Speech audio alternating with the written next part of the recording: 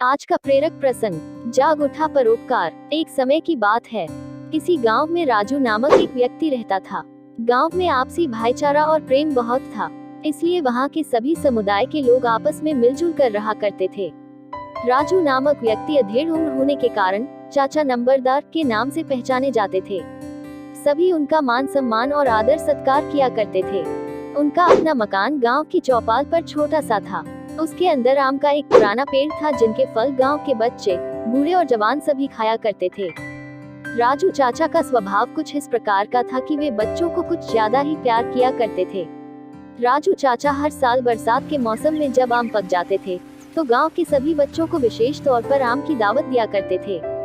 किसी कारणवश पिछले 2 वर्षों से यह परंपरा टूट गई थी।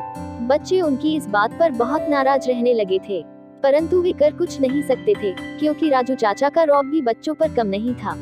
पहले साल तो बच्चे उनकी इस हरकत पर कि चाचा ने एक बार उनको आम की दावत नहीं दी, आम की फसल बर्बाद कर गए। लेकिन दूसरे साल जब आम के पेड़ पर बोर आया और आमियां छोटी छोटी बनने लगी, तो बच्चों ने देखा कि चाचा राजू आज गांव में नहीं है। तब सब बच्चों ने मिलकर आम के पेड़ पर पथराव कर दिया। उनकी सारी आमियां झाड़ दी।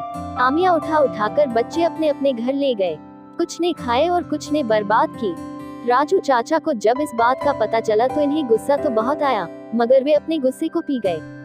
किंतु फिर वे किसी अच्छे से मौके की तलाश में रहने लगे। फिर तीसरे साल आम का मौसम आया। राजू चाचा ने अपने पेड़ के आमों के अलावा कुछ आम बाजार से भी मंगवाए और फिर गांव में ऐलान कर दिया, आज पूरे गांव के बच्चों की उनके घर पर आम की दावत है। इस ऐलान को सुनकर बच्चे बड़े खुश हुए, लेकिन वे जितना खुश थे उससे कहीं ज्यादा हैरान भी थे। उस दिन हल्की वर्षा हो रही थी। कुछ बच्चे तो डर के मारे नहीं गए थे और कुछ इस डर के मारे चले गए थे कि कहीं चाचा उनके न जाने पर नाराज न हो जाएं। फिर भी गांव के लगभग आधे से अधिक बच्चे चाचा राजू के घर आम की दावत पर उपस्थित हुए। हल्की हल्की बारिश पड़ रही थी, ठंडी ठंडी हवा चल रही थी। बच्चे मजे लेकर आम खा रहे थे।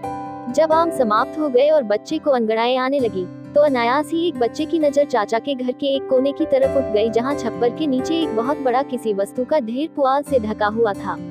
उस बच्चे ने यह बात अन्य बच्चों को इशारे से बताई। तब अंत में एक बच्चे ने डरते डरते चाचा राजू से पूछ ही लिया, चाचा जी, इस ढेर में आपने किसके लिए क्या छुपा रखा है? राजू चाचा उसकी बात सुनकर खिलखिलाकर हंस पड़े और फिर उन्होंने अपनी पिछली गलती पर बच्चों के सामने पश्चाताप किया। फिर वे बोले, सुनो बच्चों, आम तो तुम्हें हर साल मिलेंगे ही, लेकिन अगर तुम मेरे मरने के बाद भी आम खाना चाहते हो तो मेरे पीछे आओ। चाचा उठकर छप्पर पर बने ढेर की ओर चल पड़े। बच्चे भी उनके पीछे पीछे चल दिए। चाचा ने ढेर के ऊपर से पुआल हटाए और बच्चों से कहा, बच्चों, अपने दोनों हाथों में भरकर जितने भी आम ले जा सको ले जाओ। बच्चों ने खुशी खुशी ढेर से आम उठाकर अपने दोनों हाथों में ले लिए। उनकी खुशी को देखकर चाचा राजू की आंखों में आंसू छलक आए। वे बोले, सुनो बच्चों, अपने अपने घर जाकर इन आमों को खाओ और इनकी गुठलियों को अपने अपने घरों में और गांव भर में बो दो। और आम के लिए कितने दिनों तक इंतजार करना होगा? बच्चों के बीच से एक धीमा स्वर उभरा, परंतु उस धीमे स्वर को चाचा राजू ने सुन लिया था। तब उन्होंने जाते बच्चों को रोका और अपने बेटे के कंधों पर हाथ रख कर बोले, जब तक तुम्हारे द्वारा बोए गए पेड़ों पर आम आए, तब तक तुम हमारे पेड़ से हर साल आम खाना। मेरा बेटा तो यहीं पर तुम्हारे बीच रहेगा। यह तुम्हें हर साल अपने पेड़ के इसी प्रकार आम खिलाएगा। फिर जब तुम्हारे पेड़ों पर फल आने लगेंगे तो तुम जिंदगी भर अपने पेड़ों से आम खाना। चाचा राजू की बात सुनकर बच्चे खुश हुए। वे हल्ला गुल्ला करते उनके घर से बाहर निकल गए। कई ने चाचा जिंदाबाद की आवाज बुलंद की और फिर अपने अपने घरों को रवाना हो गए। शिक्षा, मित्रों, परोपकारी व्यक्ति का स्वभाव यदि कुछ समय के लिए सो जाए तो जल्द ही पुनः जाग जाता है। स्वभाव से मजबूर आदमी अपने स्वभाव को त्याग नहीं पाता। जैसे कि चाचा राजू ने बच्चों को इस बात की भी सीख दी कि तुम यदि भविष्य में सुखी रहना चाहते हो तो उसके लिए प्रयास आज से शुरू करो।